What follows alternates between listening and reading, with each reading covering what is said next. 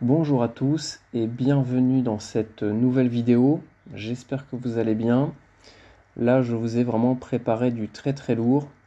Donc, j'ai pris vraiment pas mal de temps à formuler ce document qui n'est autre qu'une mise en demeure. Et donc cette vidéo et ce document va être adressé à quasiment toute la population, tous les gens qui ne veulent pas consentir au traitement expérimental qui est frauduleusement appelé un VAC, un VAC. Bon, je ne vais pas prononcer le vrai mot, mais bon, si vous allez très vite comprendre de quoi je veux parler, enfin vous le savez sûrement. Pourquoi est-ce que je vous dis ça? Parce qu'au niveau de la définition originale d'un VAC, c'est un produit c'est un produit ou un dérivé, bref, quelque chose qu'on va injecter dans un organisme pour lui permettre d'être immunisé. Donc on va vraiment parler d'immunité. Sauf qu'aujourd'hui, le produit qu'on appelle frauduleusement un VAC, un VAC, ce n'en est pas un. Tout simplement parce que ça ne répond pas à la définition originale de ce mot. Là, on voit actuellement que ça n'apporte pas l'immunité. L'immunité, qu'est-ce que c'est? C'est le fait de pouvoir protéger son organisme contre quelque chose, donc de ne pas pouvoir attraper quelque chose, et de ne pas pouvoir le transmettre, mais également de ne pas pouvoir en mourir. Et là, on se rend compte petit à petit que ça ne répond absolument pas à cette définition. Le souci, c'est qu'aujourd'hui, nous sommes dans un monde, dans un système où tous les mots n'ont plus aucun sens. C'est-à-dire qu'on va changer la définition d'un mot, et en l'occurrence, maintenant, si vous recherchez sur le Larousse, le mot VAC, la définition du mot VAC, sa définition a changé. Donc là, vraiment, aujourd'hui, cette vidéo va être vraiment destinée aux gens qui ne veulent tout simplement pas se soumettre à cette expérimentation à grande échelle d'un produit qui ne nous apporte pour le coup rien de positif et pas mal de choses négatives. Ça va également vous permettre de mieux comprendre tout le système frauduleux qu'il y a derrière tout ce qui est mis en place. Et vous allez voir vraiment que tout ce qui est appliqué, mis en place par le gouvernement en catimini ou non, n'a rien de légal, et il serait temps à la population de tout simplement s'en rendre compte et d'attaquer et de riposter plutôt, de riposter face à cette attaque directe, tout simplement de notre vie privée, de notre santé, de notre corps physique, et tout simplement de nos droits fondamentaux et inaliénables. Donc qui suis-je pour vous parler de tout ça? Je suis personne en fait, je suis une simple personne humaine, un simple être humain qui s'est un petit peu penché sur on va dire les lois, le juridique. Je ne suis pas un juriste. Pourquoi est-ce que je fais ce document-là? Parce que justement les juristes ne font rien. Voilà, j'ai l'impression qu'on est dans un pays où tout le monde sait que tout ce qui se passe est illégal, mais que personne ne fait rien. Donc là, l'idée, c'était de vraiment vous proposer un document. Donc ce document, je vous le mettrai à disposition en format PDF que vous allez pouvoir recopier, modifier et utiliser. Donc moi, j'essaie de me bouger un petit peu pour permettre aux gens de s'en sortir judiciairement parlant, juridiquement parlant plutôt, puisque là, il faut bien comprendre que le gouvernement joue sur les lois, sur des nouveaux décrets qui sont mis en place, même s'ils sont illégaux, il joue là-dessus pour nous obliger. Parce que malheureusement, les lois, on ne peut pas vraiment les esquiver, grossièrement, en parlant vulgairement. Les lois s'appliquent pour tout le monde. Et donc, d'une certaine manière, on est obligé de respecter ce qui est dicté. Donc là, le but de ce document-là, ça va être de tout d'abord, ça va être une mise en demeure. Et donc, ça va être un document que vous allez devoir envoyer à votre employeur, à votre directeur, bref, toute personne qui peut, même, je sais pas moi, un directeur de club sportif qui va vous demander une obligation de VAC, Et ben, l'idée, c'est de lui répondre par une mise en demeure. Grossièrement, qu'est-ce qu'une mise en demeure? Et ben, ça va être un document qui va faire un rappel à un cadre légal et aussi à des obligations.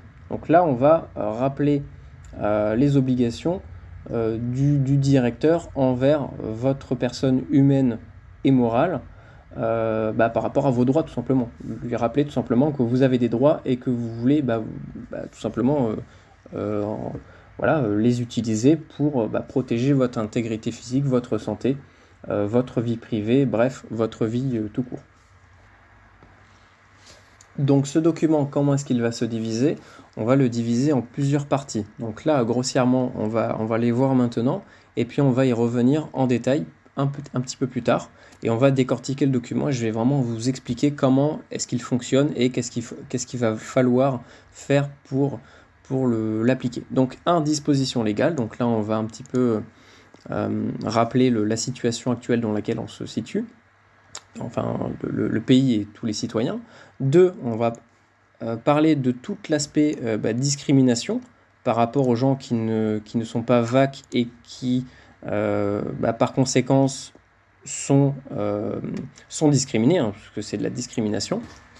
Donc en 3, on va voir le fonctionnement de la hiérarchie des normes.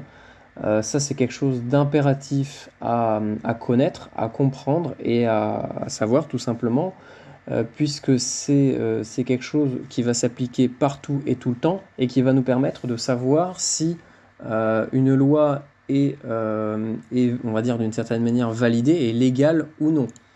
Puisqu'il y a des degrés au niveau des lois. Donc là, on peut voir par exemple sur la petite pyramide, que tout en bas, on a la personne, on a les actes administratifs, donc ça peut être, je sais pas moi, un arrêté municipal, on a la jurisprudence, les lois, règlements, donc ça va être la loi par exemple, je sais pas moi, d'un département, d'un pays. On a le gouvernement, au-dessus on a le bloc conventionnel, donc ça va être tout ce qui va toucher aux lois européennes, etc., aux traités, aux conventions internationales. Le bloc constitutionnel, les droits de l'homme qui sont au-dessus de toutes les lois européennes, les lois nationales, les règlements, les décrets, tout ce que vous voulez, les arrêtés. Le droit de l'homme est au-dessus de tout ça. Au-dessus de ça, on a l'humanité, et au-dessus de ça, on a l'univers et le vivant, puisque le vivant est au-dessus de toute loi. Donc ça, on va le voir un petit peu plus tard. Donc argument en 4, on va voir les arguments juridiques opposables et contraignants. Donc quels sont nos arguments juridiques face à cette pseudo-obligation? Donc on va apporter plein d'arguments différents, on va le voir juste après. Mais également, qu'est-ce que ça implique? Puisque nos droits sont leurs obligations. Donc en 5, on va voir la lutte contre la discrimination directe et indirecte. Donc, encore une fois, le cadre légal, le cadre juridique autour de la lutte contre la discrimination et qu'est-ce que ça implique de la part d'un directeur, de la part de quelqu'un qui va va prendre autorité sur vous en vous obligeant d'une certaine manière par la force, par la menace, de subir un traitement expérimental.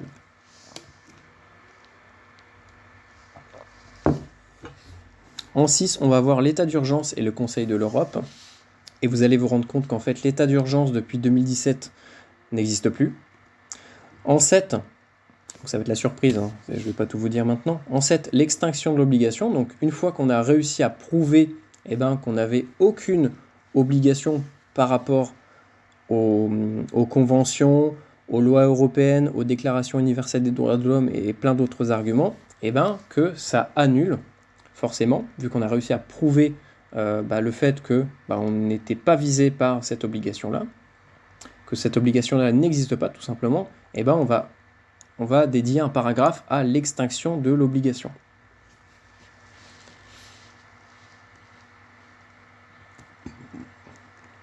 Donc je vous préviens, c'est vraiment une vidéo qui va être très très longue. Donc après, voilà, là-dedans, dans les extinctions, il y a un paragraphe comme ça qui va être vraiment plutôt du plus, en fait, des petites preuves qu'on va pouvoir rajouter. Je vais vous expliquer ça juste après. En 8, le dol, puisque là, on est sur une pression sociale psychologique, financière, etc., la menace physique. Donc ça ça rentre dans le cadre d'un dol, puisqu'un dol, on va le voir juste après, qu'est-ce qu'un dol? Le dol pénal, le dol général, etc. On va vraiment tout décortiquer. Donc ça va être vraiment un pavé qu'on va envoyer dans la tronche de notre employeur pour lui expliquer que non, en fait, nous, on ne se pliera pas à ça, et qu'en plus de ça, tout ce qui se passe est parfaitement illégal. Et donc ça va également vous permettre de vous réinformer tout simplement sur vos droits. En 9, on va voir les contrats de travail. Vite fait, ce que le président, notre cher Cupidon Ier, a dit sur le contrat de travail. 10, la demande de preuve d'obligation, puisque une fois qu'on a prouvé, nous, qu'on n'avait aucune obligation par rapport à ça, c'est à l'équipe adverse, on va dire, ça fonctionne comme ça, c'est un peu comme un match de tennis, chacun se renvoie la balle. Là, la balle est dans votre camp, et donc vous allez demander des preuves d'obligation par rapport à la VAC et au pass VAC. Donc on va voir tout ça. En 11, on va voir les éléments intentionnels et éléments moraux. J'aurais peut-être dû écrire moraux, je sais pas. Oui. Encore une fois, voilà, je suis pas un juriste professionnel, je suis pas un juriste tout court, donc je vais forcément faire des erreurs. Donc si vous envoyez ou si vous voulez me proposer des corrections, n'hésitez vraiment pas à le faire dans les commentaires. Donc en 11, on va voir un petit peu les éléments intentionnels et l'élément moral. Donc ça va être par rapport au fait de faire du chantage, de menacer les gens, d'user de la force pour arriver à ses fins, à avoir un consentement qui n'est plus un consentement pour le coup, qui est de l'extorsion tout simplement. Bref, vous allez vraiment voir qu'on nage dans un gros délire depuis plus de 2 ans avec tout ce qui se passe et que rien n'est légal. En 12, vu que ça va être un document que vous allez envoyer, je parle un petit peu fort, vu que c'est un document que vous allez envoyer à votre directeur en lui apportant des preuves et en lui demandant des réponses, vous allez lui donner un délai en fait de réponse que vous allez pouvoir en choisir un petit peu à votre sauce. Moi j'ai mis 7 jours, après chacun met ce qu'il veut. En 13, on va mettre défaut de réponse. Donc défaut de réponse, c'est si la personne ne répond pas, si la personne visée, donc le directeur ou n'importe quelle personne de l'entreprise ou de n'importe quel autre truc, ne répond pas, qu'est-ce que ça implique si la personne ne répond pas? Et vous allez voir qu'on va faire un petit parallèle aussi avec le droit en général. Qu'est-ce que ça fait si nous, on ne répond pas à une question ou à une subordination de la part de, je sais pas moi, un policier ou n'importe quoi? Qu'est-ce que ça implique, le fait de ne pas répondre? 14, conditions générales. Donc ça, c'est par rapport aux conditions générales de fonctionnement de notre mise en demeure. 15, le barème de droit, parce que on est voilà, on a une vie à côté de ça. Le fait de nous envoyer des documents, de nous faire nous déplacer, de nous faire faire plein de choses, ça va nous coûter du temps.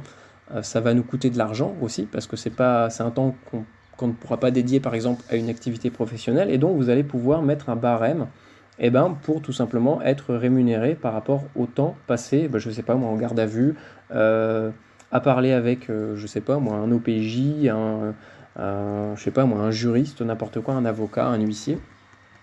Et après, liste non exhaustive, ça c'est pour vraiment le bouquet final, pour leur dire que tout ça, à partir du moment où ils font ne serait-ce qu'une chose de toute la liste, on actionnera certaines procédures. Voilà, donc c'est tout au niveau du document. C'est vraiment un gros bloc que je vous propose vraiment gratuitement. J'ai aucun intérêt à faire de l'argent là-dessus. Je pense qu'il faudrait au contraire tous s'entraider et vraiment s'en sortir de manière juridique, judiciaire. Je sais pas trop comment on peut dire ça, parce que là on nous attaque sur ce terrain-là. Le problème c'est que c'est un terrain que les gens ne maîtrisent pas. Et c'est pour ça vraiment que moi je vous motive à vous pencher un minimum sur vos droits tout simplement. Apprenez la Déclaration universelle des droits de l'homme, comprenez comment fonctionne la hiérarchie des normes, mais on va le voir de suite, donc ne vous inquiétez pas. Allez, c'est parti. Donc pour démarrer le document, on a une en-tête. Donc l'en-tête, qu'est-ce que c'est? Avant de commencer de parler de ça, vous voyez, il y a des petites astérisques. Donc les petites astérisques, ça va être des endroits où vous allez pouvoir modifier ce qui est écrit. Donc là, l'en-tête, par contre, vous l'enlevez. Il y a des endroits comme là, vous pouvez enlever en-tête. C'est juste pour vous signaler que ici, c'est l'en-tête du document. Là, pareil, dès que vous voyez un tiret avec des astérisques et nouvelle page, ça veut dire tout simplement qu'il va falloir aller sur une nouvelle page. Après, moi, c'est ma mise en page, encore une fois, peut-être que c'est pas parfaitement fini, mais j'ai essayé de faire mon maximum, c'est déjà mieux que de ne rien faire et de râler. Donc, au niveau de l'entête, on va commencer. Donc, qu'est-ce qu'il faut mettre ? Il faut mettre tout simplement votre numéro de carte d'identité, prouver tout simplement votre identité, prouver qui vous êtes pour faire une mise en demeure. Donc là, vous allez mettre votre numéro de carte d'identité, donc c'est votre numéro de carte d'identité. Donc, vous allez écrire après personne juridique administrée par, et donc là, respectez bien à chaque fois les majuscules et les minuscules. Vous voyez que ici, j'ai marqué notre nom. J'aurais juste dû marquer nom, mais bref, c'est pas grave. La première lettre est en majuscule, les autres ne le sont pas. Là, c'est pareil, notre nom de famille, vous allez écrire le nom de famille uniquement avec la première lettre en majuscule et le reste en minuscule, et vous allez comprendre pourquoi de suite. La personne juridique administrée par, c'est-à-dire qu'on va expliquer que le numéro de carte d'identité, c'est une personne juridique, une fiction juridique que nous allons représenter, nous, dans ce document, et nous sommes la personne qui s'appelle Nanani Nanana. Et donc, qu'est-ce qu'une personne juridique ? On va commencer par le commencement. Donc, je vais prendre mon dictionnaire du vocabulaire juridique 2021, 12e édition de la maison d'édition LexisNexis. Donc, je vais aller à la page 400 et je vais chercher qu'est-ce qu'une personne. Puisque dans le droit, il faut savoir que les lois, en fait, ne s'appliquent que très rarement aux êtres physiques, aux êtres vivants. Dans le droit, en fait, l'être humain n'existe quasiment pas. C'est-à-dire qu'à chaque fois, on va viser en parlant de personnes, comme par exemple dans l'obligation, dans les décrets d'obligation du port du bout de tissu qu'on va mettre devant notre bouche et notre nez, il va être écrit à chaque fois dans les textes des décrets, toute personne de 6 ans ou plus est dans l'obligation de porter un nanani nanana dans les lieux publics, etc. Sauf qu'une personne, c'est pas la personne dans le sens où on le comprend habituellement. Une personne dans le jargon juridique, qu'est-ce que c'est ? C'est une personnalité juridique, une personnalité morale. Donc on va chercher la définition d'une personnalité juridique. Personnalité juridique, c'est une aptitude à être titulaire de droits et d'obligations. Cette aptitude est inhérente à la personne humaine, c'est-à-dire que toute personne physique en bénéficie de sa naissance à sa mort. Cette aptitude est également reconnue selon des conditions variables aux personnes morales, c'est-à-dire des groupements qui sont admis à être sujets de droit. Et là, on voit bien que c'est des groupements qui sont admis à être sujets de droit, c'est-à-dire qu'une personnalité juridique est un sujet de droit. Qu'est-ce que ça veut dire ? Ça veut dire qu'elle est concernée par les lois, par le droit. Une personnalité morale, un groupement organisé qui se voit accorder la personnalité juridique afin et dans la mesure d'accomplir la tâche qu'il s'est assignée, la personne morale est un sujet de droit. Donc ça, qu'est-ce que ça veut dire ? Ça veut dire que vous, en tant que personne vivante, en tant que personne humaine, vous n'êtes pas une personne au sens juridique du terme, c'est-à-dire que vous possédez une personnalité juridique. Et là, vous allez me dire, mais non, c'est pas possible. Eh bien si, vous regardez dans un dictionnaire juridique, du jargon juridique, personne humaine, vous ne l'avez pas en fait.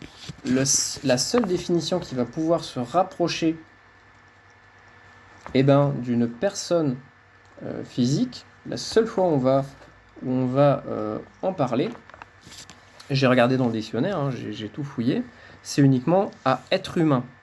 On va lire la définition, toute personne physique, quel que soit son âge, sa condition, sa nationalité ou son état de santé. Ces termes sont les plus souvent utilisés pour souligner la réalité commune de toute personne physique, une nature humaine et vivante, et pour assurer la protection de ces éléments fondamentaux. Et à aucun moment, il précise que c'est un sujet de droit, c'est-à-dire que l'être humain n'est pas concerné par le droit. Et on voit bien que dans la définition que je vous ai donnée juste avant, on n'a jamais parlé en fait, on parle de la personne humaine, c'est-à-dire que toute personne physique, donc là on parle bien de nous physiquement, donc nous réellement, en bénéficie de sa naissance à sa mort. En bénéficie, c'est-à-dire que la personne juridique, ce n'est pas nous. C'est-à-dire qu'on bénéficie de cette personnalité juridique, mais que nous ne sommes pas cette personnalité juridique-là. On la représente uniquement. Donc ce que ça veut dire, c'est que, tout simplement, votre carte d'identité, et pourquoi est-ce que je vous ai dit d'écrire votre nom à vous et pas à votre personnalité juridique, avec la première lettre en majuscule et les autres en minuscule? Parce que sur votre carte d'identité, votre nom et prénom sera écrit en tout majuscule. Qu'est-ce que ça veut dire tout majuscule? Quelle est la différence entre un tout majuscule et un uniquement première lettre en majuscule? Eh bien, dès que ça sera en tout majuscule, ça sera votre personnalité juridique. C'est-à-dire que votre carte d'identité, c'est une fiction qui a été inventée à votre naissance. Lorsque vous avez été enregistré auprès de l'état civil lors de votre naissance, on va créer votre identité fictive. Mais ça, vous ne le savez pas. Et vous, en tant qu'être humain, vous allez la représenter sans même le savoir, parce que les gens ne font pas attention au fait que ça soit écrit en majuscule ou en minuscule. Sauf que dans le droit français, pas dans le droit français, mais dans la langue française, le tout majuscule n'existe pas. Et le tout majuscule est uniquement destiné au nom d'entreprise. Et les entreprises sont justement des fictions juridiques, des personnalités juridiques, des personnalités morales, tout comme notre fiction juridique à nous. Donc en fait, ce que ça veut dire, c'est que notre nom et prénom de carte d'identité, c'est une entreprise, au sens juridique du terme, et c'est une fiction, donc ça n'existe pas. C'est quelque chose qu'on va représenter, si on a envie de la représenter, mais on n'a aucune obligation, et on n'est pas cette personne fictive, en fait. Nous, on est des êtres humains, vous voyez ce que je veux dire?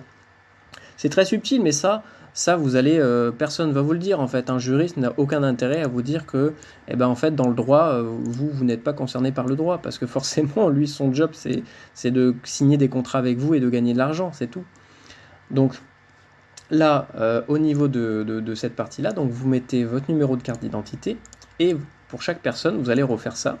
Donc vous allez marquer personne juridique administrée par votre vrai nom à vous et de la famille avec le nom de famille. Demeurant, vous mettez votre adresse. Et ça, cette procédure, vous la répétez pour chaque personne concernée, pour chaque participant en fait, de la mise en demeure, puisque l'idée c'est de faire une mise en demeure collective avec tous les employés, par exemple, d'une entreprise ou d'un club sportif ou de n'importe quoi, à l'intention du directeur, en fait. Ça vous évite de faire un document pour chaque personne. Donc ça va être très long, parce que là, vous allez devoir remplir à chaque fois les mêmes trucs. Là, vous mettez le nom de l'entreprise. Vous voyez que le nom de l'entreprise est en tout majuscule. Donc vous mettez le nom du directeur, encore une fois, en majuscule. Vous mettez l'adresse. Donc ça, j'ai pas mis les astérisques, mais à la place de ça, vous mettez l'adresse. Le numéro de sirène, vous le mettez ici, tout en gros à chaque fois. Mais c'est un numéro, donc ça sera forcément, on va dire, en majuscule. La date. Et après, vous mettez l'objet du document. Et ça, c'est un document donc, que je vous recommande d'envoyer. Donc le mieux, le top du top, c'est de passer par un huissier.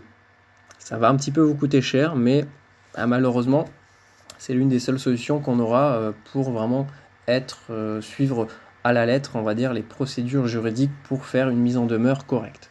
Vous pouvez également le faire en lettre recommandée, mais j'ai peur que ça n'ait pas le même impact. L'avantage de l'huissier, c'est que c'est une personne assermentée et qui pourra se porter d'une certaine manière garant du fait qu'il a bien remis le document à la bonne personne et que donc cette personne-là a pris connaissance de la mise en demeure et donc qu'elle a une obligation envers vous.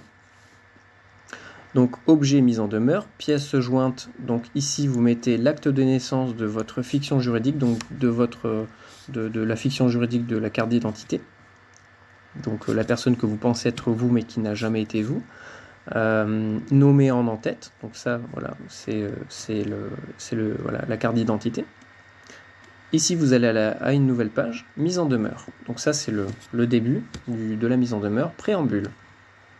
Avis au directeur, avis aux agents, vaut aussi avis au directeur et réciproquement. Avis au directeur vaut aussi aux agents et également qu'avis aux commettants vaut aussi aux exécutants et vice-versa. Donc en fait là on est en train de cette mise en demeure, une fois reçue les uns, est réputée avoir été reçue par les autres et vice-versa.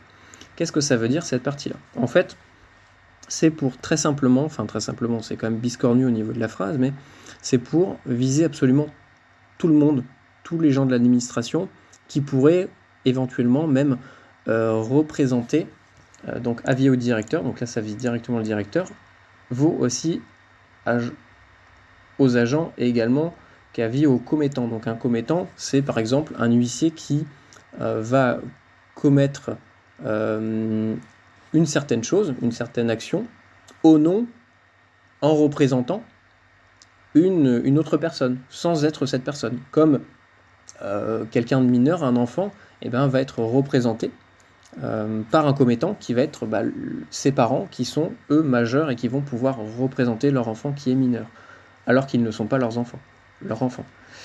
Cette mise en demeure, une fois reçue par les uns, est réputée avoir été reçue par les autres et vice-versa. Donc ça, c'est également pour préciser que dans le droit, si une personne reçoit le document, c'est également que, si moi par exemple je reçois un accusé-réception du fait que l'autre personne a reçu le document, ça veut dire que moi si je l'ai reçu, ce papier-là, c'est que l'autre personne l'a reçu obligatoirement. C'est comme ça, même si elle ne l'a pas reçu, dans le droit ça fonctionne comme ça. Donc on le précise, nouvelle page. Donc là on va débuter la mise en demeure.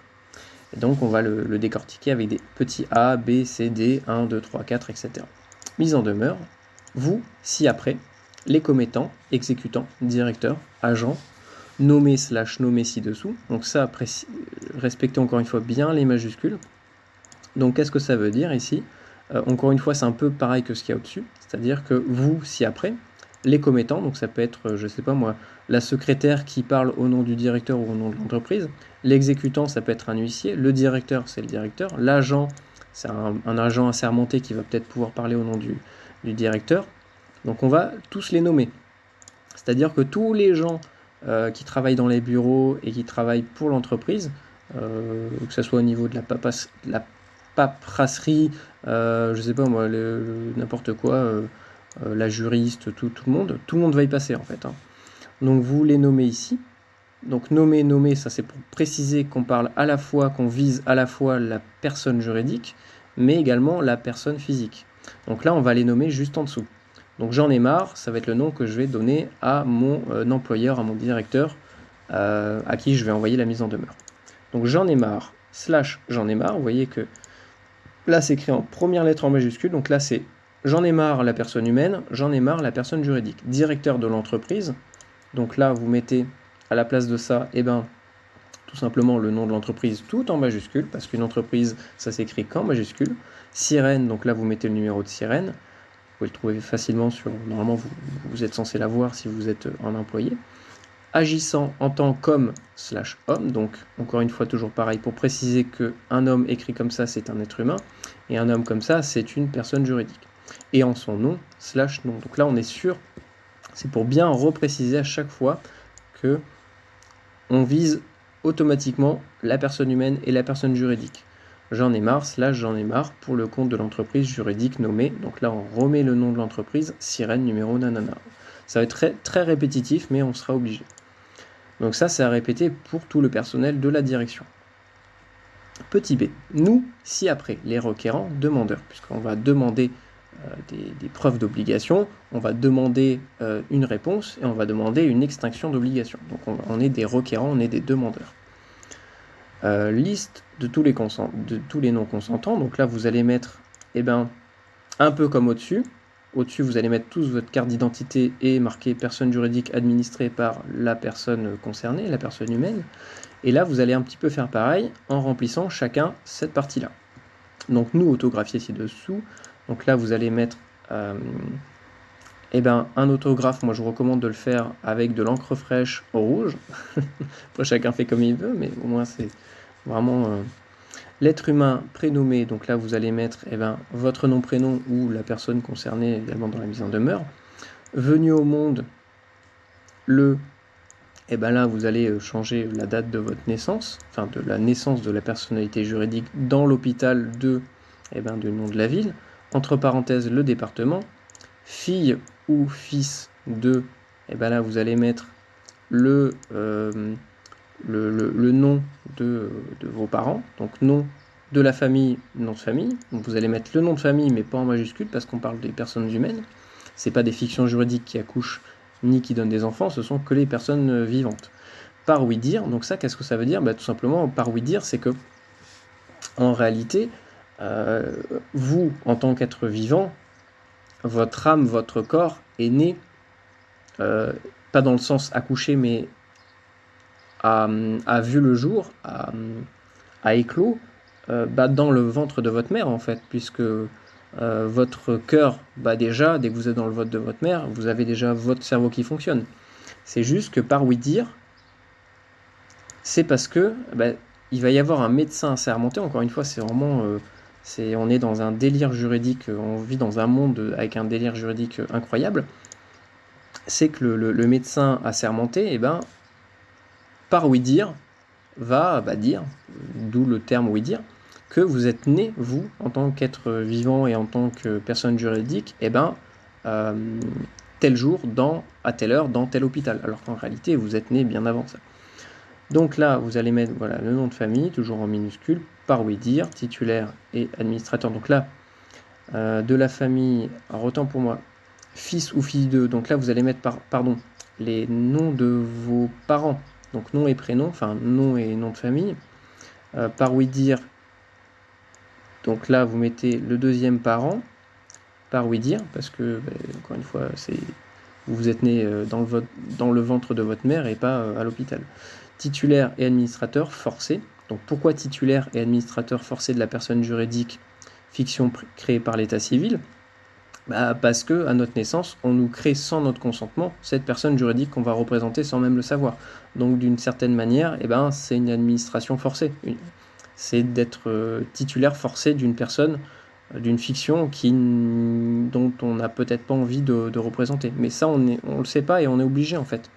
À la naissance, tout le monde a une personne juridique de créer. À la mairie de, donc là toujours en majuscule parce que la mairie c'est une entreprise. En date conventionnée du, donc là vous mettez la date à laquelle vous êtes enregistré à l'état civil, ayant pour acte de naissance le numéro, donc là ça va être votre numéro d'acte de naissance, donc prénom, nom, et là on voit qu'on parle donc de la personne juridique parce que tout est en majuscule. Domicilié, vous voyez que c'est différent, là on parle de domiciliation, alors que plus haut on parlait de demeurant. Demeurer, c'est pas du tout pareil que domicilier. Une fiction domicilie quelque part. Une personne humaine, une personne vivante, qu'est-ce que j'ai dit? Demeure. Tout simplement. Mais ça, c'est des petits détails. Aujourd'hui, on est dans un monde où les mots ont une importance et où les mots sont déformés et on change la manière de penser des gens grâce aux nouvelles définitions des mots. Donc, domicilié ce jour au, donc là vous mettez votre adresse, défini comme étant une entreprise. Donc on précise que notre fiction juridique est définie comme étant une entreprise au sens de la définition juridique de l'article 2 de l'accord entre la Confédération suisse et la Communauté européenne sur le transport des marchandises et voyageurs par rail et par route, nommé prénom, nom. Donc là vous allez mettre votre fiction juridique, ci-après nommé fiction juridique. Donc là, on fait un rappel que par rapport à l'article 2 de l'accord de la Confédération suisse, qui traite, en fait, vous pouvez le regarder, qui définit en fait qu'est-ce qu'une marchandise. Donc une marchandise, ça peut être aussi, tout simplement, le résultat d'une relation. Donc un bébé est considéré par rapport à l'article 2 de l'accord de la Confédération suisse, entre la Confédération suisse et la Communauté européenne sur le transport des marchandises, un bébé est considéré comme une marchandise et une fiction juridique par rapport à l'article 2. Je crois que c'est ça, hein, je suis plus sûr à 100%, mais à revérifier, mais en tout cas, ça, grossièrement, c'est ce que ça veut dire. La mairie de, donc là on précise juste que une mairie c'est une entreprise privée. Donc c'est un peu comme si on vous crée en gros une carte de fidélité dans un magasin, hein. C'est un peu le même principe. Vous avez des droits donc d'avoir des points de réduction, des réductions sur quelque chose, mais vous avez des obligations. Là c'est exactement pareil, le système dans lequel on fonctionne. La mairie 2 est une société enregistrée au registre du commerce depuis le nanani, donc ça c'est à vous de chercher par rapport au numéro de siret et au nom de l'entreprise, depuis quand cette entreprise a été enregistrée et a été créée. Donc une nouvelle page. Donc là, on va un petit peu préciser les intentions de ce document. Le présent document et les pièces jointes sont envoyés avec des intentions honorables et pacifiques et sont destinés à vous donner l'opportunité de répondre de façon motivée et de bonne foi dans le cadre d'une procédure établie, légale, légitime et régulière. Nous avons l'honneur de vous adresser la présente mise en demeure. Donc là, la mise en demeure va vraiment commencer, puisqu'avant on était vraiment sur quelque chose de très procédurier pour respecter vraiment une mise en demeure classique. Cher Jean Aymar / Jean Aymar, encore une fois, vous mettez le nom du directeur, son nom de personne humaine et son nom de personne juridique. Nous accusons réception ce jour, donc ça vous allez mettre la date à laquelle vous avez reçu le document qui vous oblige à subir la VAC qui n'est pas une VAC, de votre courrier daté du nanani nanana, envoyé en lettres simples au tarif lent, sans valeur datée du nanani nanana, sans valeur juridique, ayant pour objet obligation VAC. Nous demandons, par la menace et la contrainte, en violant nos droits fondamentaux, de consentir à la soumission d'une injection RNA modif par une thérapgène qui n'est pas une VAC au sens légal du terme et qui n'a pas de mise sur le marché standard. Et cela avant le nanani nanana, suite à la simple allocution remplie de parjure de Macron le 12/7/2021. Donc ça c'est important aussi de le mettre, parce que la parjure rentre aussi dans le droit en fait. 1. Disposition légale. Nous vous avisons que les lois ne sont pas promulguées et appliquées en étant seulement annoncées chez les amis de Macroute, possédant BFM, CNews, je me suis trompé là, vous voyez, CNews et autres médias. On ne gouverne pas un pays en faisant des effets d'annonce à la télévision. Pour qu'une loi soit valable sur tout le territoire français, elle doit être votée, promulguée et publiée au journal officiel. Donc ça, après, vous pouvez l'enlever, mais ça a dû vous échapper. Donc ça, si vous n'aimez pas votre directeur, vous pouvez le mettre, sinon ne le mettez pas. Votre décision de nous imposer une thérapgène, appelée trompeusement VAC contre le Corololo, au seul prétexte que Macroute l'aurait annoncé publiquement, ignorant que cette annonce souffre à ce jour de dispositions légales en vigueur. De ce fait, vous nous donnez toutes les bonnes raisons de croire que vous êtes incompétent dans cette affaire et révèle votre ignorance de l'état de droit en vigueur en France. Donc voilà, là ça peut pas être plus clair. Discrimination, grand 2.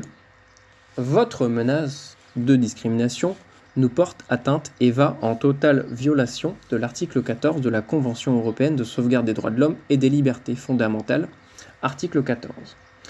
Jouissance des droits et libertés reconnus dans la présente convention doit être assurée, sans distinction aucune, fondée notamment sur le sexe, la race, la couleur, la langue, la religion, les opinions politiques ou toute autre opinion, l'origine nationale ou sociale, l'appartenance à une minorité nationale, la fortune, la naissance ou toute autre situation, comme le fait d'être non-VAC. Vous violez nos droits de gagner notre vie par vos actes et manquements, en menaçant nos emplois. La France est membre du pacte international relatif aux droits économiques, sociaux et politiques. Elle a pris des mesures appropriées pour sauvegarder et garantir le droit de gagner notre vie par un travail librement choisi et accepté. Pacte international relatif aux droits économiques, sociaux et politiques, adopté et ouvert à la signature et à la ratification et à l'adhésion par l'Assemblée générale de sa résolution 2020 à, donc entre parenthèses, XX1, donc 21 du 16 décembre 1966. Article 6. Les États parties au présent pacte reconnaissent le droit au travail qui comprend le droit qu'a toute personne d'obtenir la possibilité de gagner sa vie par un travail librement choisi et accepté, et prendront des mesures appropriées pour sauvegarder ce droit, ce qui n'est plus le cas. Donc voilà, là encore une fois, ça ne peut pas être plus clair. Donc le fait de nous bloquer, de nous suspendre, parce qu'on ne veut pas se soumettre à quelque chose, eh ben, ça va en parfaite violation de ces articles-là. 3. Fonctionnement de la hiérarchie des normes. Ça va être très important à connaître. Nul n'est censé ignorer la hiérarchie des normes, qui est un classement hiérarchisé de l'ensemble des normes qui composent le système juridique d'un État de droit pour en garantir la cohérence et la rigueur. Elle est fondée sur le principe qu'une norme doit respecter celle du niveau supérieur et la mettre en œuvre en la détaillant. Elle vous oblige dans tous leurs actes. Donc ça, c'est juste pour expliquer qu'est-ce que la hiérarchie des normes. 4. Arguments juridiques opposables et contraignants. Pour rappel, l'article 55 de la Constitution de la Ve République du 4 octobre 1958, les traités internationaux prévalent sur le droit interne français qui garantit l'inviolabilité, l'inaliénabilité et l'imprescriptibilité de nos droits naturels et fondamentaux. Donc là, je vous ai mis une capture d'écran qui vient de legifrance.fr, ça ne peut pas être plus fiable au niveau de la source. Le texte de la Convention européenne des droits de l'homme ratifiée par la France donne une primauté à cette dernière en cas de contradiction avec le projet de loi de Macroute. Les lois et décrets non promulgués par le roi consul au sens de l'article 1 du Code civil et sa version intouchable du 15 mars 1803. Alors ça aussi c'est du lourd, vous allez tomber de votre chaise.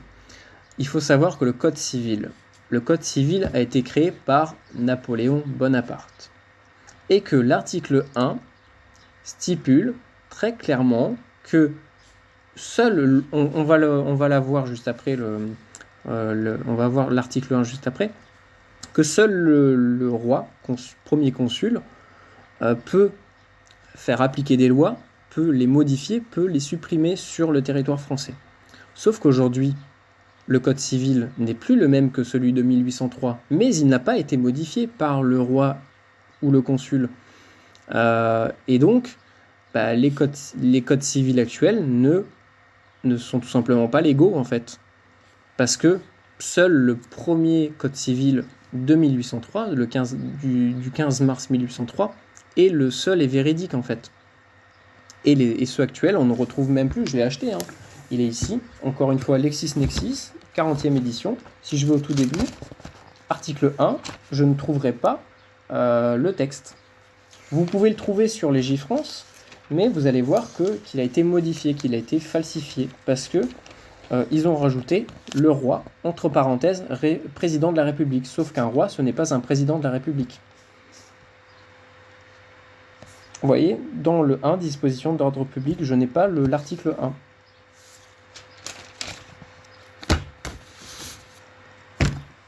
Donc, il n'y a pas à tergiverser, la Convention européenne des droits de l'homme permet d'user, et même si ça serait le cas, hein, même si dans le Code civil, ou qu'il y a, je sais pas moi, une loi qui nous oblige à faire ça, vu que ça va en contradiction avec les droits de l'homme, ça s'annule en fait, par rapport à la hiérarchie des normes. Il n'y a pas à tergiverser, la Convention européenne des droits de l'homme permet d'user de nos droits, de vivre librement, et nous sommes bien déterminés à jouir de nos droits.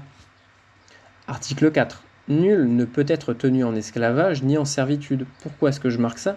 Parce que le fait de ne pas choisir librement un travail, c'est tout simplement de l'esclavagisme. Article 5. Toute personne a le droit à la liberté et à la sûreté.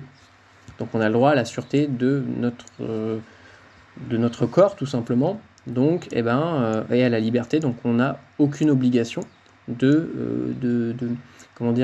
d'avoir dans notre organisme n'importe quel produit que ce soit sans notre accord. Article 8. Toute personne a le droit au respect de sa vie privée, familiale, de son domicile et de sa correspondance. Lutte contre la discrimination directe et indirecte. Donc là, on va un petit peu mettre le directeur le nez dans la merde, pour le dire franchement. En conséquence, vous avez l'obligation d'empêcher toute discrimination directe ou indirecte à l'encontre des personnes qui ne sont pas VAC. Vu sur le journal officiel de l'Union européenne, L211 règlement UE 2021/953 du Parlement européen du Conseil du 14 juin 2021, règlement qui rentre directement dans le droit français. Donc je vais vous le lire. Résolution numéro 2361 du Conseil de l'Europe. VAC contre la Corololo 1.9. Considération éthique, juridique et pratique inscrit dans le droit français. 7.3.1.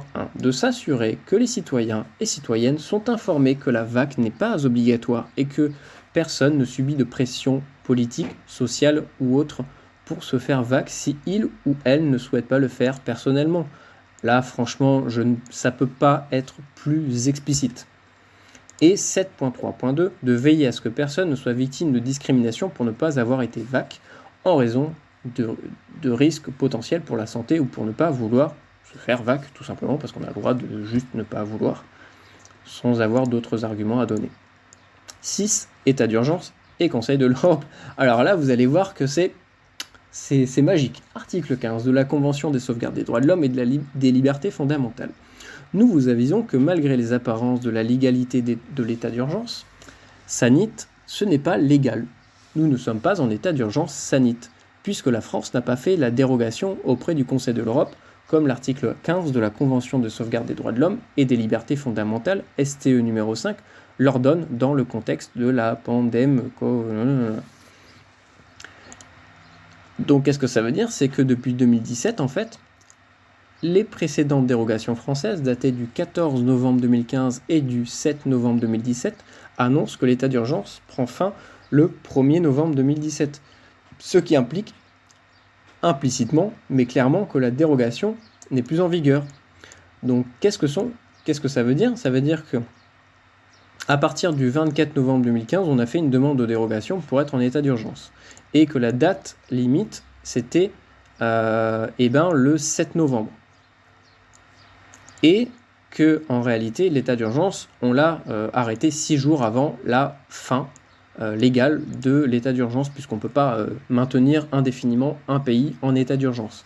Pour faire cette demande de dérogation, il faut qu'un pays, auprès de l'Union européenne, auprès de... auprès du Conseil de l'Europe, il faut aussi prouver que cet état d'urgence, est légitime en fait. On ne peut pas juste comme ça vouloir mettre un état d'urgence sans aucune raison. Donc il faut le prouver. Et depuis 2017, en fait, il n'y a plus d'état d'urgence. En fait, l'état d'urgence actuel n'en est pas un puisqu'il n'y a pas eu de demande auprès de la Commission européenne. Et donc ne vaut rien en fait, puisque c'est l'article 15 qui dit très clairement qu'il faut faire une demande. Donc voilà, je vous ai mis encore une fois une capture de la dérogation nanani. Je ne vais pas la lire parce que, encore une fois, par rapport à certains mots-clés, ça va poser problème. Donc, là, on va passer sur extinction de l'obligation, puisqu'on a réussi à prouver que l'obligation n'existait pas, que tout était illégaux.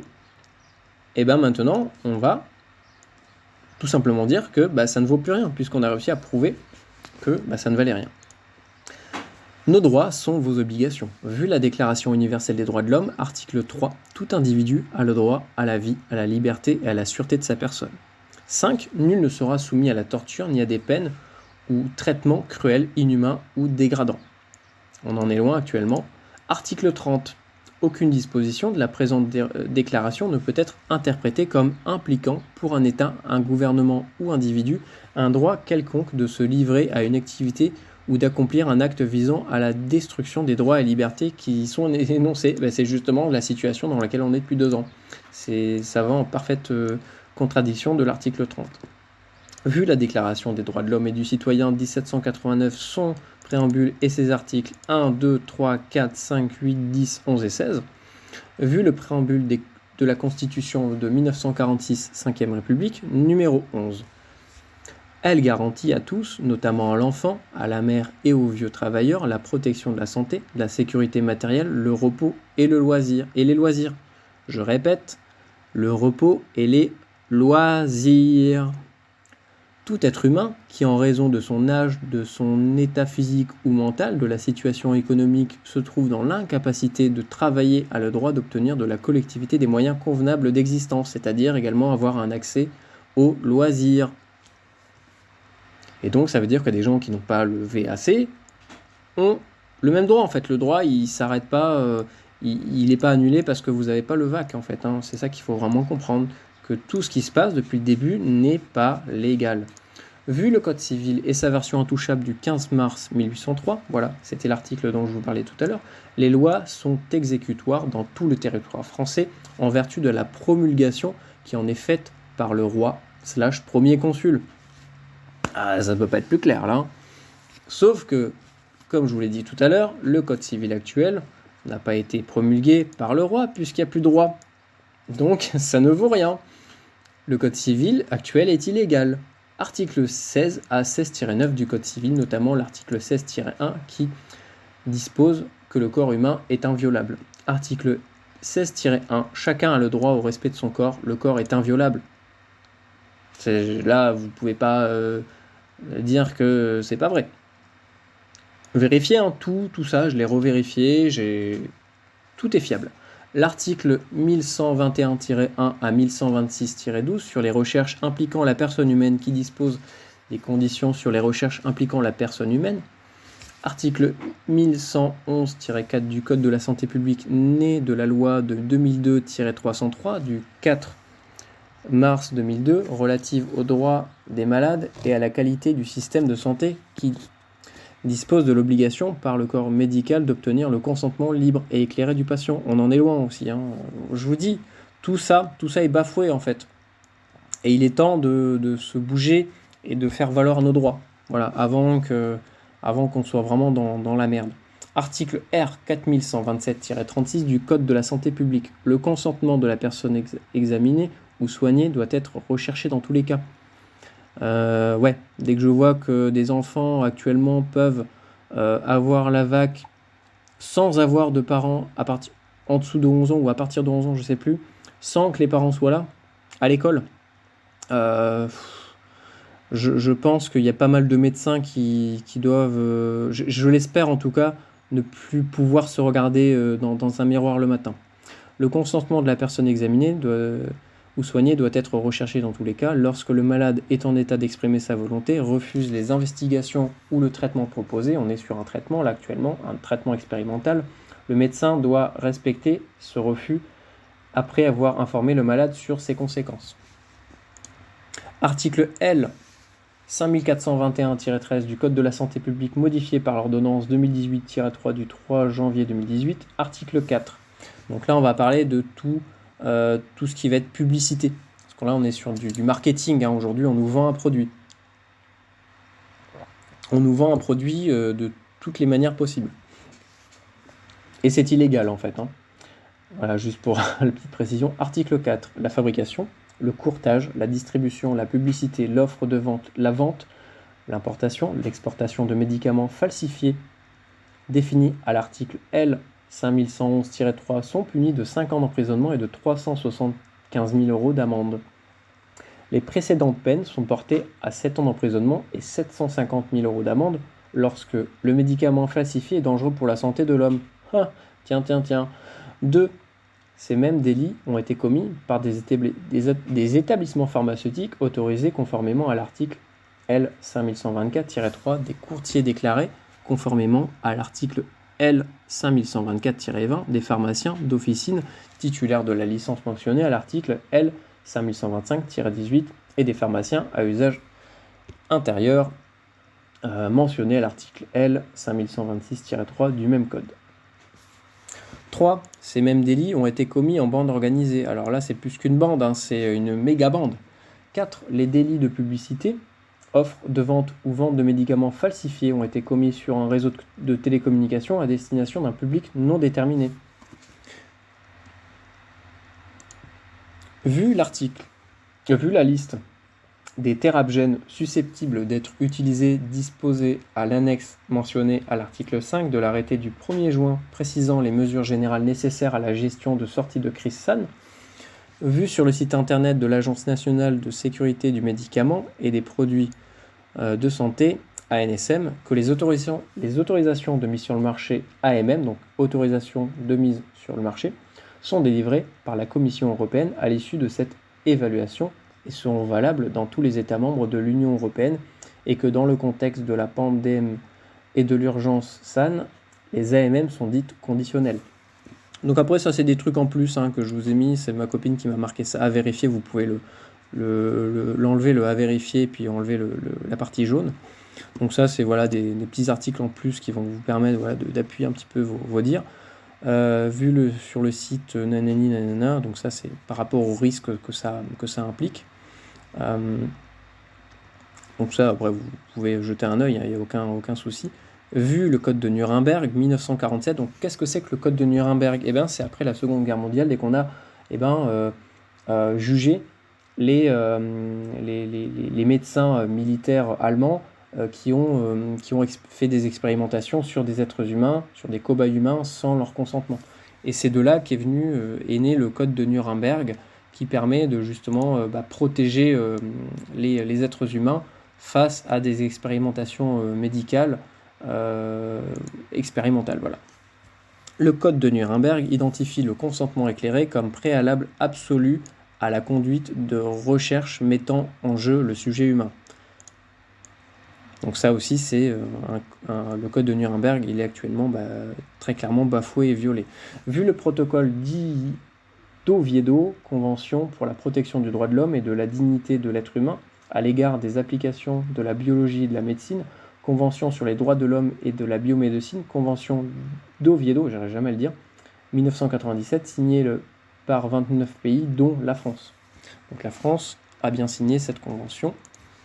Article 5. Une intervention dans le domaine de la santé ne peut être effectuée qu'après que la personne concernée y a donné son consentement libre et éclairé.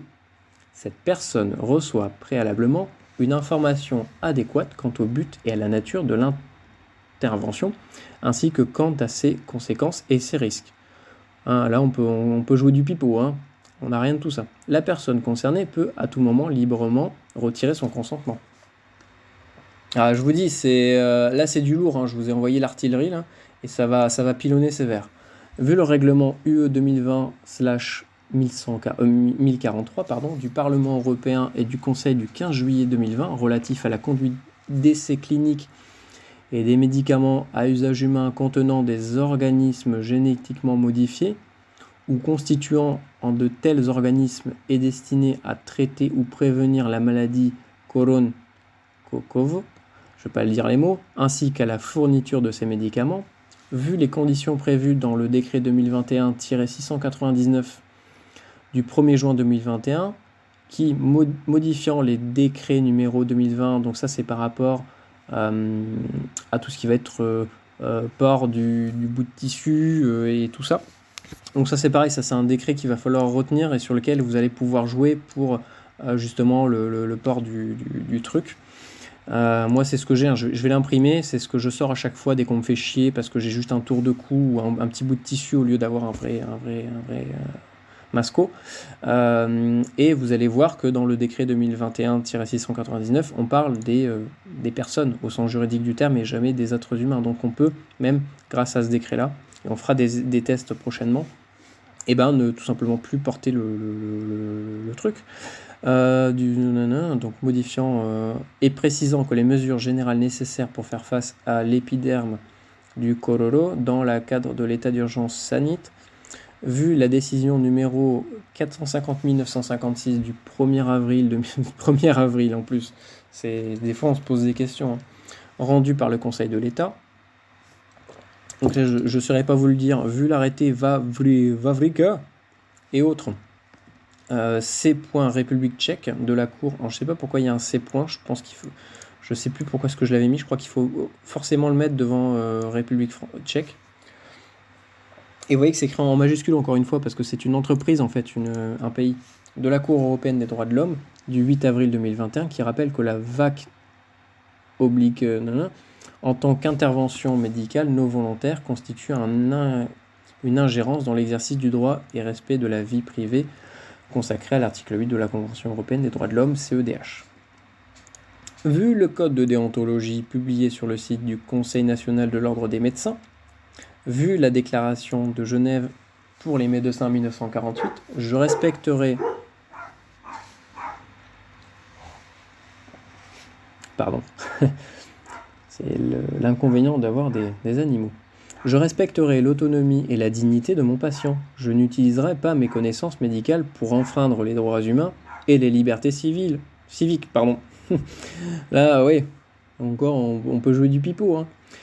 Même sous la contrainte, je garderai le respect absolu de la vie humaine.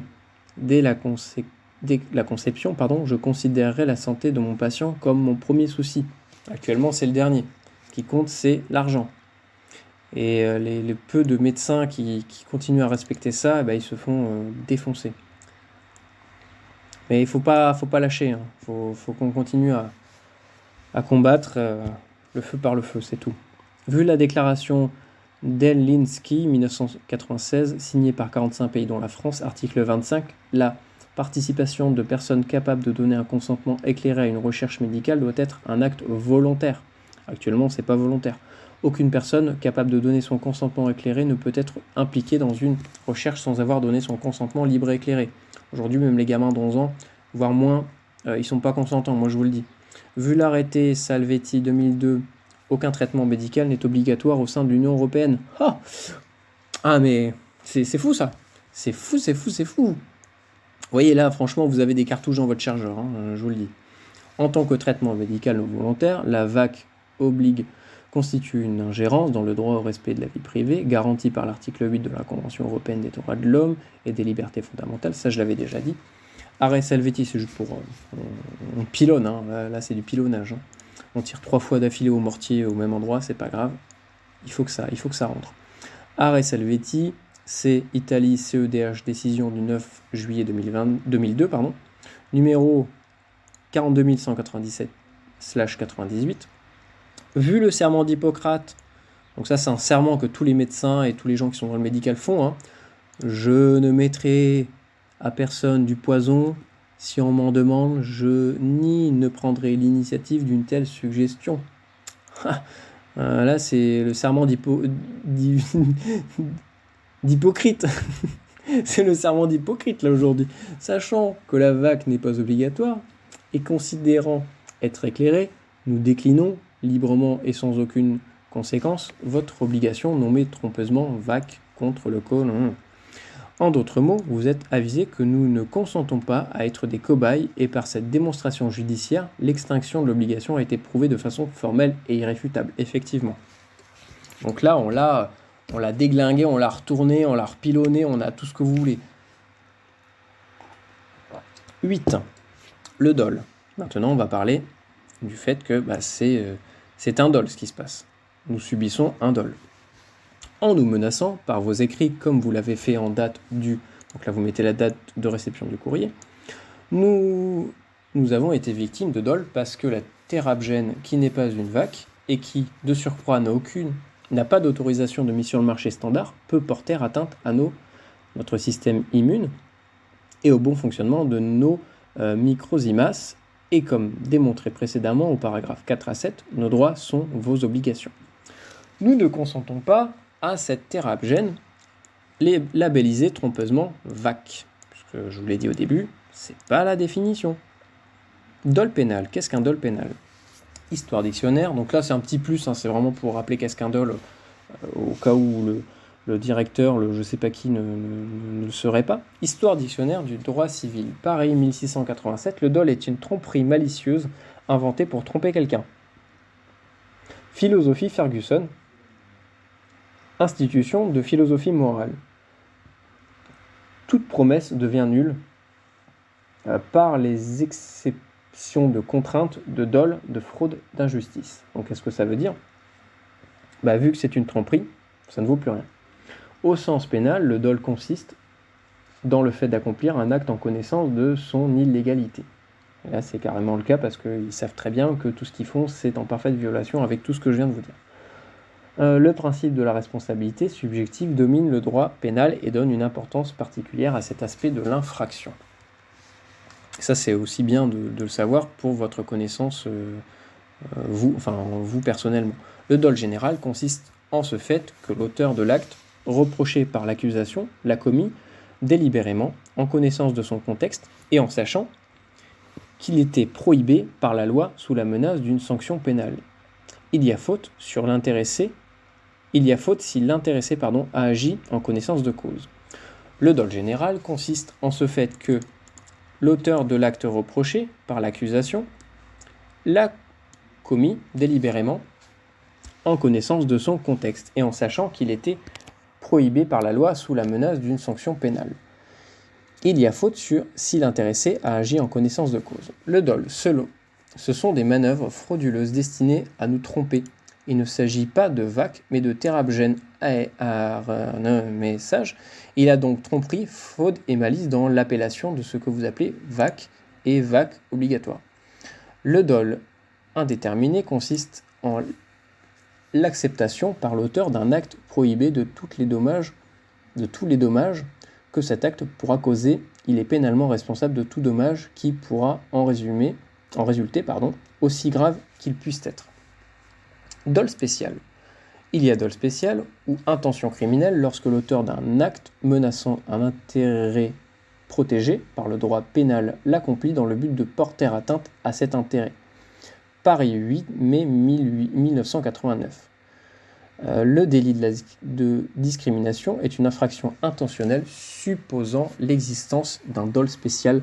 Plus particulièrement, il appartient au plaignant ou au ministère public de rechercher ou de démontrer que le refus d'embauche a été inspiré par une intention discriminatoire. Donc ça, c'est aussi bien de le savoir si jamais vous avez des refus d'embauche par rapport à cette pseudo-obligation qui n'en est pas une. Dol prémédité. Il se situe... Alors, je vais juste boire un coup, parce que ça fait 1h08 que je parle quand même. Il se situe au niveau le plus élevé de l'élément moral, le plus dangereux sur le plan social. Carrara, cours de droit criminel. Le premier degré du dol, qui est le plus élevé, se rencontre dans la préméditation, qui réunit la froideur du calcul et la persévérance dans la volonté mauvaise, grâce j'ai oublié le haut laps de temps, vous voyez, il y a des petites... n'hésitez pas à le revérifier. Haut laps de temps qui s'écoule entre la détermination et l'action. Donc plus c'est long, plus c'est grave. 9. Contrat de travail, pacta sunt servanda. Vu l'article 26 de la Convention de Vienne 1969 qui énonce tout traité en vigueur lie les parties et doit être exécuté par elle de bonne foi. Vu l'adage favori de Macroute, pacta sunt servanda, qui est une allocution latine qui signifie littéralement « les pactes doivent être respectés ». Il en est loin, lui.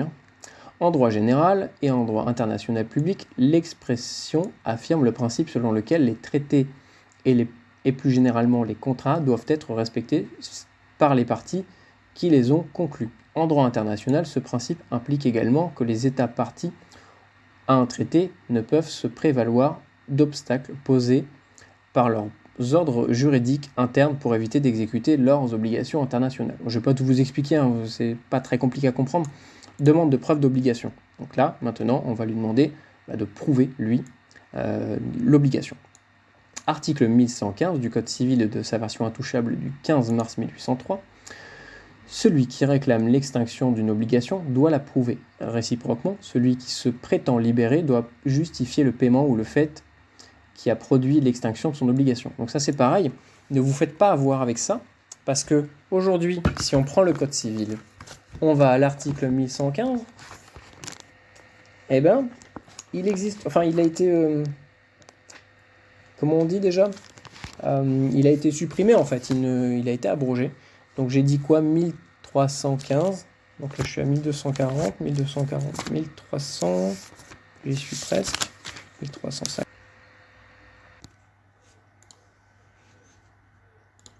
Donc voilà, c'est bon, j'ai réussi à le trouver, c'est juste moi qui ai mal cherché. Donc, à la page 1205 du Code civil, collection Nexis, on a bien l'article 1315, abrogé à compter du 1er octobre 2016, ordonnance numéro 2016-131 du 10 février 2016. Celui qui réclame l'exécution d'une obligation doit la prouver. Réciproquement, celui qui se prétend libéré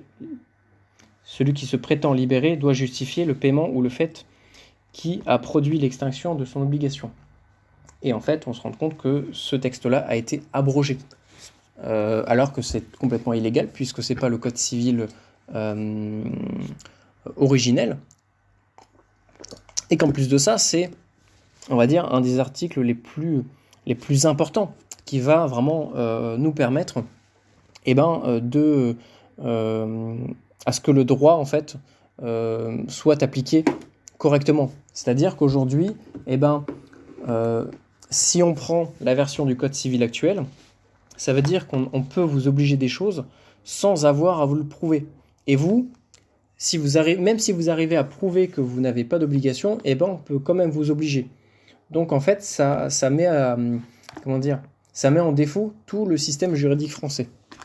Donc faites bien attention à cet article 1315 du Code civil. Prenez vraiment la première version, la version intouchable du 15 mars 1803. C'est la seule qui est valable. Avant de valider une quelconque autorité sur nous-mêmes, êtres humains, de chair et de sang, et l'obligation dite VAC, veuillez répondre à ce qui suit. Donc là, on va lui poser une série de questions. Donc après, vous pouvez poser aussi vos questions. Moi, j'ai vraiment pris des questions, qui semblaient logiques. 1. Veuillez nous fournir la preuve de réclamation qui démontre que vous savez ce qu'est une personne au sens de la définition juridique du terme. 2. Veuillez nous fournir la preuve formelle, réelle et irréfutable que nous sommes des personnes, et non des hommes et femmes de chair et de sang possédant des droits imprescriptibles, inviolables et inaliénables. 3. Veuillez nous fournir la preuve formelle, réelle et irréfutable de l'obligation VAC pour les êtres humains. Puisque même s'il y a des lois imaginons qu'il y a des lois qui obligeraient des personnes à se faire VAC, en fait, une personne, c'est pas un être humain, par rapport à ce que je vous ai expliqué au tout début. 4. Veuillez nous fournir la preuve formelle, réelle et irréfutable qu'il existe une loi promulguée par le roi, premier consul, au sens de l'article 1 du Code civil et de sa version intouchable du 15 mars 1803, qui nous oblige à subir une injectaren modif, avec sa date de promulgation et parution au journal officiel, preuve factuelle et non formelle à l'appui. Donc là, en fait, jamais le directeur pourra répondre à ça, parce qu'en fait, tout simplement, ça n'existe pas. 5. Veuillez nous fournir la démonstration... Veuillez nous fournir... Ça fait 1h16, là. Veuillez nous fournir la dérogation en cas d'état d'urgence que la France aurait auprès du Conseil de l'Europe. 6. Veuillez nous fournir la preuve formelle, réelle et irréfutable que notre corps n'est pas notre propriété inviolable. 7. Veuillez nous fournir la preuve formelle, réelle et irréfutable que vous avez le droit de prononcer des décisions en notre absence et à notre encontre, contre nous, hommes et femmes de chair et de sang que nous sommes, sans notre accord, manuscrite préalable et autographiée de notre main. 8. Veuillez nous fournir la preuve formelle, réelle et irréfutable qu'il existe une autorisation de mise sur le marché standard de ce que vous nommez VAC. Veuillez nous fournir... Oula, qu'est-ce que j'ai fait ? Je suis allé trop loin, j'étais à 9. Veuillez nous fournir la preuve formelle, réelle et irréfutable qu'il n'y a pas escroquerie, tromperie et malice sur l'appellation VAC, ainsi que la preuve que ce que vous nommez VAC n'est pas une terabgène. 10. Veuillez nous fournir la preuve formelle, réelle et irréfutable que les victimes du VAC ont bien été indemnisées à ce jour par les laboratoires qui les ont produits et non pas par nous-mêmes, hommes et femmes constituants et contributeurs monétaires de la fiducie nommée République française. Ça, j'ai oublié de l'écrire en majuscule. Il faudrait que je la marque en majuscule parce que comme ça veut juste dire que c'est une personne, une personne réelle, alors que République française, c'est une entreprise privée. Et oui, en fait, on est tous des employés d'une entreprise privée. Vous pouvez regarder le numéro de sirène. Voilà, ça c'est le numéro de sirène de la société de République française. C'est pour ça qu'on dit qu'on vit dans une société, en fait. C'est pas société dans le sens société avec des gens, un système monétaire. Non, c'est une société dans le sens une société privée, en fait. Veuillez nous fournir la liste des noms des personnes qui seront tenues responsables personnellement, commercialement et pénalement en cas du moindre effet secondaire de la terabgène dite VAC obligatoire. 11 éléments intentionnels et éléments moraux. J'aurais plutôt dû marquer moraux. Toute complicité, tout dol, toute violation des traités internationaux et nos droits fondamentaux seront constatés par huissier de justice et démontrera votre culpabilité intentionnelle et votre intention criminelle. De ce fait, votre responsabilité personnelle et pénale sera engagée. Tout usage de la force, oppressive, administrative, toute menace, tout chantage ou toute tentative d'extorsion du consentement, puisque l'extorsion, dans la définition de l'extorsion, eh ben, on parle aussi d'une signature ou d'un consentement. Relatives à notre condition VAC seront considérées comme une violation de nos droits fondamentaux et feront l'objet de poursuites pénales. Donc par contre, après moi je vous recommande d'avoir, comment on appelle ça déjà, une assistance juridique. Ouais, ça va vous coûter quelques euros par mois et ça vous permet d'avoir un juriste à disposition, d'avoir une équipe d'huissiers, etc. Je ne sais pas si on peut avoir les huissiers, je pense pas, hein. Mais voilà, ça vous permet quand même d'avoir des gens derrière qui peuvent vous représenter dans un dossier ou faire des choses que vous ne saurez peut-être pas faire. Notre avocat, donc je vous recommande aussi d'avoir un avocat, déposera devant le juge qui sera saisi dans cette affaire une question prioritaire de constitutionnalité en cas de mesure de contrainte imposée par votre entreprise. Donc là, après, dans ce document, vous pouvez la jouer de trois manières différentes. Soit vous la jouez complètement au bluff et vous n'avez pas d'assistant juridique, pas d'avocat, pas d'huissier, mais vous leur faites peur avec ce document. Soit vous la jouez en mode, je sais pas, ouais, vous essayez de trouver un entre-deux. Soit mode numéro 3, vous y allez en mode barbare, en mode berserker, et puis vous avez un huissier, un avocat, une assistance juridique, et là vous envoyez du pâté, et croyez-moi que ça va douiller. Après, si vous êtes plusieurs dans l'entreprise, vous pouvez facilement vous cotiser pour partager les frais au niveau des avocats, des huissiers, etc. Mais je pense que ça n'ira pas jusque-là. À mon avis, le directeur va voir ça, il va se renseigner un petit peu, il va comprendre qu'il est dans la merde et il va juste fermer sa bouche, en fait. Notre avocat, nanani nanana, donc là, marqué la fiction juridique, parce qu'un avocat, ce n'est pas une personne physique, hein, c'est un statut, c'est une personne juridique, hein, déposera devant le juge qui sera saisi dans cette affaire une question prioritaire. Ça, j'ai déjà dit. La menace est une infraction. Il s'agit d'un acte d'intimidation visant à susciter de la crainte chez la personne visée. Autrement dit, menacer une personne consiste à lui faire peur en la forçant à agir pour éviter les représailles. C'est exactement dans le système dans lequel on fonctionne. C'est là que vous comprenez qu'en fait tout ce système-là est complètement faux et complètement illégal. Donc peut-être que ça en réveillera aussi certains. La menace peut être exprimée verbalement par écrit sur Internet ainsi que sur tous les supports possibles. Il s'agit d'un délit punissable sanctionné par l'article 212-17 à 212-18-3 du Code pénal d'interprétation stricte. Le chantage est le fait d'obtenir, en menaçant, d'imputer des faits de nature à porter atteinte à l'honneur ou à la considération, soit sur une signature, un engagement ou une renonciation. Le chantage est puni de 5 ans d'emprisonnement et de 75 000 € d'amende, article 312-10 du Code pénal. L'extorsion du consentement, le fait d'obtenir par violence, menace de violenter ou contrainte, soit une signature, un engagement ou une renonciation, est puni de 7 ans d'emprisonnement et de 100 000 € d'amende, article 312-1 du Code pénal. 12. Délai de réponse accordé. Donc là, on a fini d'envoyer, de tirer au mortier, si je puis dire, sur ceux d'en face. On va leur donner un délai de réponse. Donc là, après, vous mettez ce que vous voulez. Si vous mettez 24 heures, vous mettez 24 heures. Ça, c'est vous qui voyez. Mais bon, en 24 heures, vous n'allez pas avoir grand-chose. Vu la menace que vous avez formulée si promptement, un délai raisonnable de 7 jours calendaires à réception de cette mise en demeure remise par l'huissier de justice vous est accordé pour traiter cette affaire dans le respect des règles de la hiérarchie de normes afin de répondre à chacun d'entre nous. Puisqu'en fait, là, il va avoir 7 jours pour répondre à tous les participants de la mise en demeure. Donc il va, je vous dis, il va pas chômer. Enfin, oui, il va pas chômer. Toutes vos pièces, preuves et réponses envoyées à chacun d'entre nous concernant cette affaire de VAC obligatoire devront être écrites en français courant uniquement, sans glose et reçues en une seule fois et par lettre recommandée avec accusé de réception uniquement, le cachet de la poste faisant foi.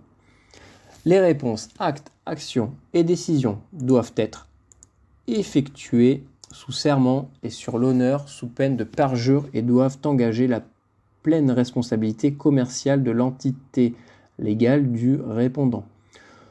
Nous assurons que toutes les personnes, pièces, preuves que vous donnez à nos deux membres du paragraphe 10, ci-dessus, sont véritables sans tromperie ni fraude et ou malice.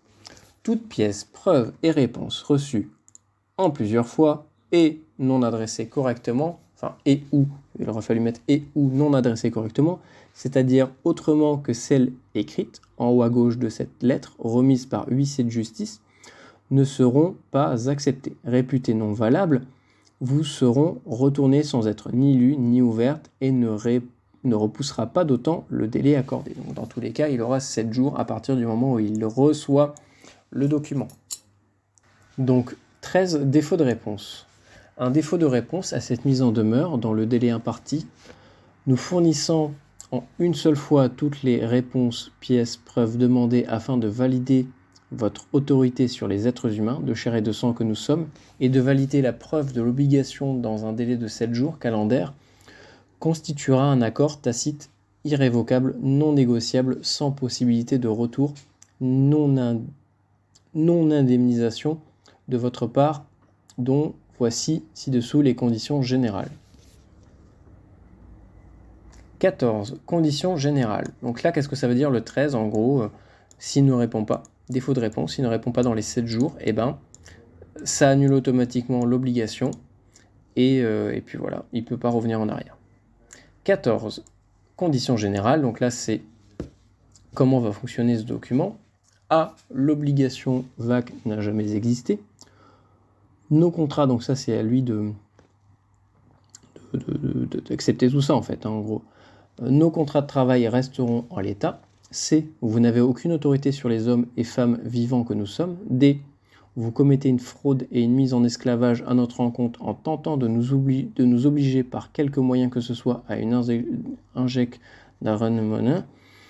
E. Vous acceptez la responsabilité de tout préjudice que nous subirons dans cette affaire. F. Toutes les décisions prises nous concernant, même en notre absence, sans notre accord manuscrit préalable et autographiées de notre main, sont illégales et donc caduques. Vous cessez, renoncez et mettez un terme définitif à toute poursuite à notre rencontre. H. Vous assumez, acceptez sans condition et en pleine responsabilité personnelle et commerciale notre barème de droits et tarifs, ainsi que les facturations liées et selon la liste ci-dessous en cas de non-respect des conditions générales A à H. Barème de droit, donc là on va mettre un petit peu ce qu'on demande au niveau financier pour voilà, tout ce qu'on a déboursé, tout le temps qu'on a passé à faire tout ça. Barème des droits pour toutes les transgressions de la part de toute personne physique et ou morale, étatique, judiciaire, représentant, fiduciaire de la fiducie République française, officier ministériel, force de l'ordre, gendarme, policier, huissier, gardien de la paix, agent sous serment et ou assermenté, procureur, magistrat militaire, et ou établissement et ou organisme et ou société et ou corporation et ou association politique officielle, politique publique et judiciaire et autres selon la liste ci-dessous vaut 65 XAU 11 d'or pur 24 carats, soit 2021,760 grammes par heure, toute heure commencée, étendue. Donc voilà, moi j'ai demandé 2,21 kg d'or par heure. Donc ça c'est aussi pour pas qu'ils entament la moindre procédure, en fait c'est pour les bloquer, parce que sinon ils se retrouveront à payer des fortunes. Pour ci-dessous, ah oui, donc là j'ai mis des astérisques, pour ci-dessus, mettez vos barèmes et or en or ou toute autre monnaie de votre choix. Liste non exhaustive, donc ça bien sûr vous l'enlevez, hein, c'est juste pour vous dire que vous pouvez mettre autre chose que des plusieurs kilos d'or. Liste non exhaustive, contact téléphonique, contact par voie électronique, mail, messages, réseaux sociaux, contrôle de nos voitures ou tout autre de nos moyens de locomotion, demande de documents, de titres d'identité, de justificatifs d'assurance, de justificatifs de propriété, de justificatifs de VAC, de transmission de nos données personnelles, de permis divers, de diplômes, questionnement y compris à toute personne nous connaissant de près ou de loin, interrogatoire, arrestation, détention, présence dans un tribunal, pénétration, violation ou dans notre propriété privée, résidence connue, visite sur notre lieu de travail, au domicile de notre famille, proche ou éloignée, ou famille par alliance, de nos amis ou connaissances, fouiller, utilisation de la force, menace, port de menottes, transport, incarcération, ainsi que tout autre contrôle ou tout procès, audition sans notre accord manuscrit préalable et autographié de notre main par encre fraîche. Nous déclarons également que la loi des commettants et des exécutants est en vigueur et que cette mise en demeure, une fois reçue par les uns, est réputée être reçue par les autres et vice-versa.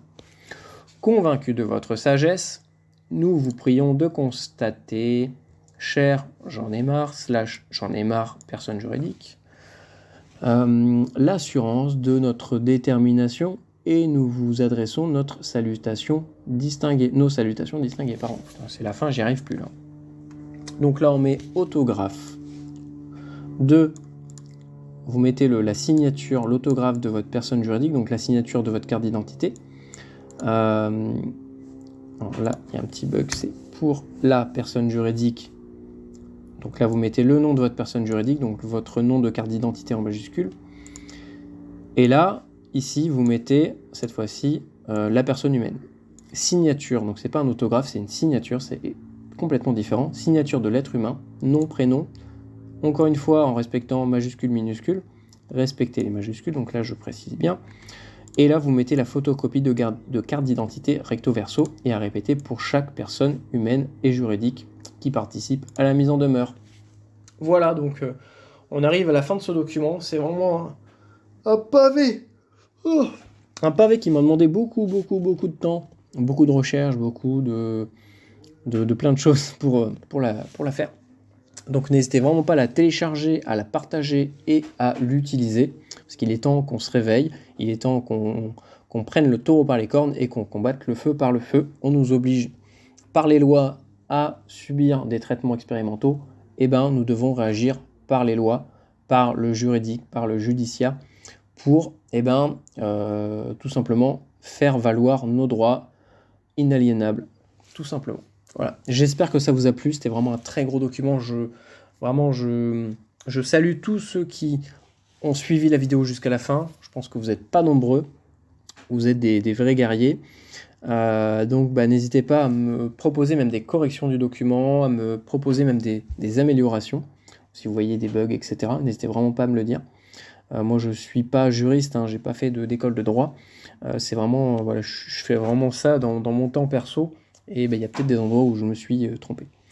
Voilà, mais en tout cas, j'espère déjà que ça va énormément vous aider. À mon avis, si vous envoyez ça à votre patron, vous inquiétez pas qu'il va vous laisser tranquille. Et ça vous permet également, vous, de votre côté, de mieux connaître vos droits et de comprendre réellement dans le système dans lequel vous vivez. Et nous vivons tous. Et le souci, c'est que dès la naissance, on est prisonnier là-dedans et on ne sait même pas comment fonctionne le système. C'est-à-dire que c'est un peu comme, comme jouer au Monopoly, voilà, on va vous faire jouer au Monopoly sans vous expliquer les règles. Ou alors on va pas vous dire toutes les règles, on va pas vous expliquer toutes les subtilités. Et donc ça permet aux gens qui connaissent réellement les règles de gagner et vous allez tout le temps perdre. Donc c'est pour ça qu'il faut vraiment s'intéresser, se pencher sur le droit, sur le juridique, parce que c'est essentiel. Voilà, j'espère que ça vous a plu. Bonne journée à tous et n'hésitez pas encore une fois à partager le document, c'est vraiment très important. Partagez la vidéo, essayez de booster l'algorithme pour que la vidéo soit un maximum référencée. Évitez dans les commentaires si vous voulez parler de ce sujet, de parler explicitement avec des mots-clés, vous voyez ce que je veux dire, qui vont être détectés et ça va me causer éventuellement quelques soucis. Donc voilà, faites comme moi. Langage hermétique, VAC, on comprend ce que c'est, ARNE modif, on sait ce que c'est, il faut juste avoir 2 neurones qui fonctionnent. Voilà, bonne journée à tous, prenez soin de vous et je vous dis à la prochaine et ne perdez pas le nord, voilà. Combattez toujours, ne baissez jamais les bras, même si vous êtes seul à faire ce que vous faites. C'est pas parce que la majorité des gens font une chose qu'elle est forcément bonne. Et c'est pas parce qu'une personne fait une chose qu'elle est forcément mauvaise. Voilà. Bonne journée à tous et à la prochaine. Salut.